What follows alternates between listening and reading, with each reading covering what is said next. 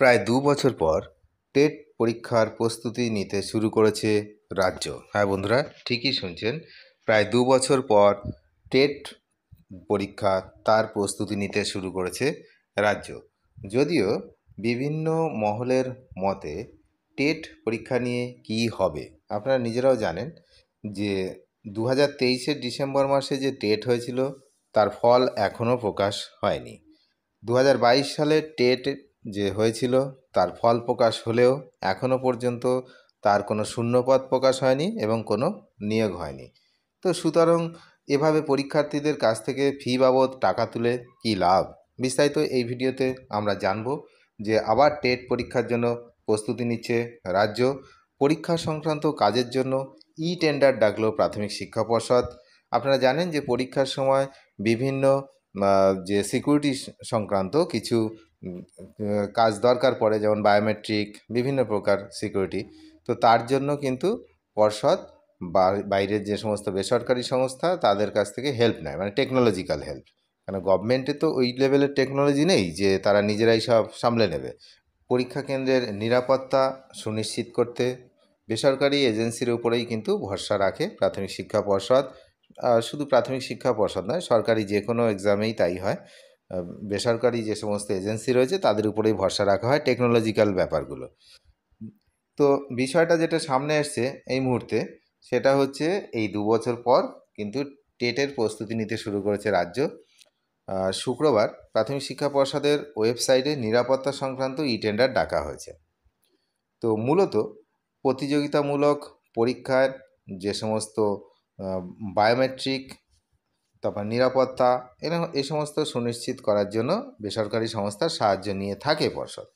সেই লক্ষ্যেই কিন্তু এই যে টেন্ডার ডাকা হয়েছে। তো এই জন্য খুব শীঘ্রই টিচার এলিজিবিলিটি টেস্ট অর্থাৎ টেট আয়োজন হতে চলেছে, এটা কিন্তু বোঝা যাচ্ছে। সরকারি হিসাব অনুযায়ী রাজ্যে প্রায় ৩,০০০ স্পেশাল এডুকেটর পদ খালি রয়েছে। সেই জন্য টেট আয়োজন করা হতে পারে বলে মনে করা হচ্ছে। তাছাড়া আগস্টে অনুষ্ঠিত হতে চলেছে ডিএলএডের পরীক্ষা। সেসব পরীক্ষার নিরাপত্তা ব্যবস্থা সুনিশ্চিত করার জন্যই ওই দরপত্র আহ্বান করা হয়েছে। পর্ষদ সভাপতি গৌতম পাল তিনি কিন্তু যখন এই পদে এসেছিলেন তখন কি বলেছিলেন সবার নিশ্চয়ই মনে আছে, যে প্রত্যেক বছর ২বার করে টেট হবে এবং নিয়োগ প্রক্রিয়া যথাসময়ে হবে। এই কথা কিন্তু উনি বলেছিলেন যে প্রত্যেক বছর ২বার করে টেট হবে, এই কথাটা উনি বলেছিলেন। কিন্তু উনি আসার পরে প্রত্যেক বছর কি ২বার করে টেট হয়েছে? হয়নি। তার জন্য ওনারা যদিও একটা অস্ত্র গভর্নমেন্টের কাছে রয়েছে যে কেন হয়নি না, ওবিসি মামলা নিয়ে এখন যত দোষ সব ওবিসি মামলার। এখন যা যা হয়েছে সব ওবিসি মামলার, ঠিক আছে? সমস্ত কিছু এখন ওবিসি মামলার উপরে রয়েছে। তো যাই হোক, এই ক্ষেত্রেও নিশ্চয়ই এই ওবিসি মামলাকেই দায় করা হবে। যাই হোক, সেই সব আমরা তর্ক বিতর্কে যাচ্ছি না। তো আদালত কিন্তু স্পেশাল এডুকেটর নিয়োগের বিষয়ে নির্দেশ দিয়েছে, তবে নিয়োগ প্রক্রিয়া আটকে রয়েছে ওবিসি সংরক্ষণ জটে। সরকারি তরফে সবুজ সংকেত পেলেই পরবর্তী ১ মাসের মধ্যেই এই নিয়োগ প্রক্রিয়া শুরু করতে হবে মনে করা হচ্ছে। সে কারণেই যাবতীয় প্রস্তুতি সেরে রাখতে চাইছে পর্ষদ। সাধারণত পরীক্ষার বাইরে নিরাপত্তা সংক্রান্ত যাবতীয় দায়িত্ব রাজ্য পুলিশ সামলালেও বেসরকারি সংস্থার হাতে কিন্তু এই পরীক্ষার অভ্যন্তরীণ নিরাপত্তাগুলোর ব্যবস্থা থাকে।